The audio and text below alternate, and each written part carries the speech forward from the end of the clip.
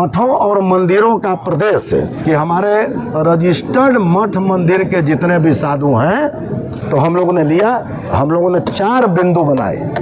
पहले न्यास के सदस्य हैं उनके साथ बैठा जाए।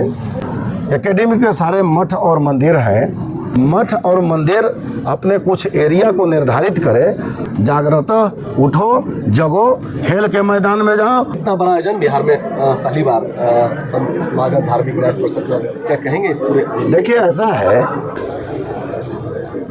धार्मिक न्यास बोर्ड का जब से गठन हुआ और मुझे अध्यक्ष का दायित्व मिला और हमारे साथ 10 माननीय सदस्य भी साथ में मतलब कि सदस्य बने, तो हम लोगों ने एक विचार किया कि हमारे अंतर्गत लगभग 4,500 मठ हैं, मंदिर हैं, धर्मशालाएं हैं, तो आखिर हम लोग कौन सा ऐसा सकारात्मक काम करें जिससे कि समाज में एक संदेश जाए। और हम लोगों ने विचार किया कि जितने भी हमारे मठ और मंदिर हैं, धर्मशाला है, उनके पुजारियों को, महंतों को और जितने जो माननीय न्यास के सदस्य हैं उनके साथ बैठा जाए और बैठने के बाद एक कुछ प्रोग्राम्स हम लोग लें जिससे जनता के बीच एक रचनात्मक कार्य हो। तो हम लोगों ने लिया, हम लोगों ने 4 बिंदु बनाए। पहला कि आध्यात्मिकता जो है वह प्रत्येक और मठ मंदिर से और प्रखरता से लागू हो। तो हम लोगों ने किया कि भाई हर पूर्णिमा में, एक समय था कि हर घर में सत्यनारायण भगवान का पूजन होता था, हर अमावस्या में भगवती का पूजन होता था, तो मठ और मंदिर अपने कुछ एरिया को निर्धारित करे और उस एरिया में जितने भी आवास हैं, घर हैं, आबादी है, उनके बीच इन दोनों पूजा के बारे में बताएं और उसको पुनः जो है चालू कराएं।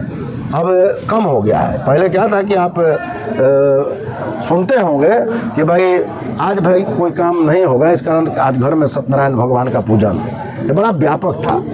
वो एक संस्कृति लागू हो जाए जिससे कि एक कंसंट्रेशन हो आम समाज में। दूसरा एकेडमिक के सारे मठ और मंदिर हैं, वह एकेडमिक काम भी करें, गरीब बच्चों को मदद करें, गरीब बच्चों को यदि पाठ्य पुस्तक नहीं है वह मुहैया करावे अपने एबिलिटी के अनुसार।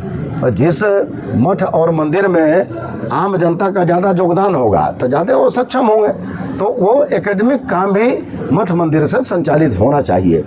तीसरा सोशल, गरीब बच्चियों की शादी हो जाए। आज जो हमारे नेता मानवर नीतीश कुमार जी ने शराबबंदी लागू किया है वह और प्रखरता से लागू हो। अच्छी जो हैबिट्स है वह कम से कम मठ मंदिरों से और ज़्यादा पालन करने के लिए प्रचारित हो और गरीब बच्चियों की शादी हो। एक सोशल रिफॉर्म जो है वह वहाँ से आना चाहिए। चौथा कि हर मठ और मंदिर अपने प्रीमाइसेज में अखाड़ा रखे। पहले एक अखाड़े की संस्कृति थी, हम लोग भी अपने अर्ली लाइफ में खूब कुश्ती खेलते थे, अखाड़े थे, कुश्ती खेलते थे, शारीरिक रूप से स्वस्थ रहे और ये हमें प्रेरणा मिली। मैं एक बार नालंदा गया, इधर ही अध्यक्ष बनने के बाद, वहाँ मनीराम बाबा का अखाड़ा है और किंवदंतियाँ है कि 1400 ईस्वी में बाबा मनीराम बाबा जो है कानपुर से आए थे नालंदा में और वहाँ पर उन्होंने अखाड़ा बनाया। बहुत बड़े साधक थे और कुश्ती को प्राथमिकता देते थे। वहाँ अभी चढ़ावे के रूप में उनको लंगोटा चढ़ाया जाता है। उनको 4 शिष्य थे और उन्होंने चारों शिष्यों के साथ जीवित समाधि ले ली। अब आप सोचिए कितने बड़े साधक थे कि वह जीवित अवस्था में ही अपने प्राण को उन्होंने परमात्मा में विलीन कर दिया। तो बहुत बड़े अखाड़ेबाज थे, कुश्ती खेलते थे और वहाँ पर अखाड़ा भी हमने देखा। तो हमने कहा कि भाई इसको जनता के लिए खोलिए, एक दिन जो उनका वार्षिक जो पूजा होता है खुलता है, तो मुझे इंस्पायरेशन हुआ कि हर मठ मंदिर के बगल में एक अखाड़ा होना चाहिए, स्पोर्ट्स एक्टिविटीज़ होना चाहिए। हमारे स्वामी विवेकानंद जी ने कहा था, अरे भारत के नौजवानों, उत्तिष्ठ जागृत, उठो जगो, खेल के मैदान में जाओ, फुटबॉल खेलो। यदि लोहे के जैसे तुम्हारे भुजदंड होंगे तो भारत की ओर कोई माय का लाल देखने का साहस नहीं करेगा।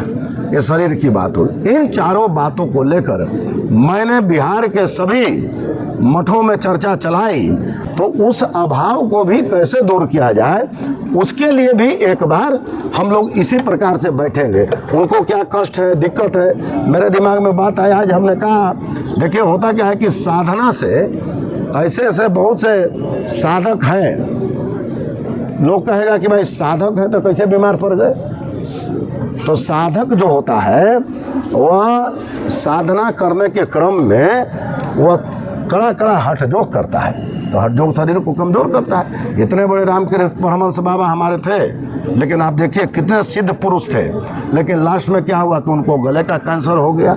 बहुत से लोगों का वो ताप जो है सिद्ध महात्मा अपने ऊपर लेते हैं, तो शरीर कमज़ोर हो जाता है। तो हमारे दिमाग में एक बात आई कि हम कम से कम सरकार से आग्रह करेंगे कि हमारे रजिस्टर्ड मठ मंदिर के जितने भी साधु हैं उनके लिए भी आप हेल्थ कार्ड का प्रोविज़न करा दीजिए।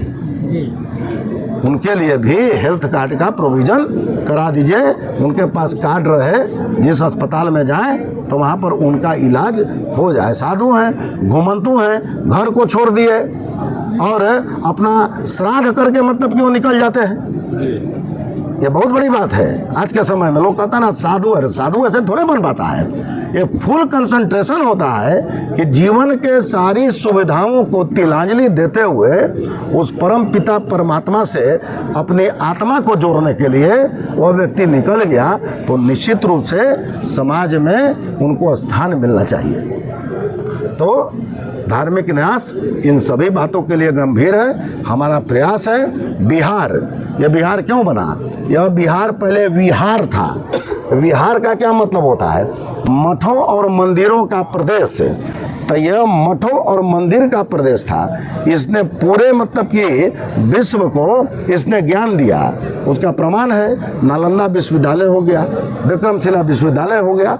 उस बिहार में यह जो है आध्यात्मिक संस्कृति का एक पुनर्जागरण हो, ऐसा ही बिहार राज्य धार्मिक न्यास परिषद का प्रयास है।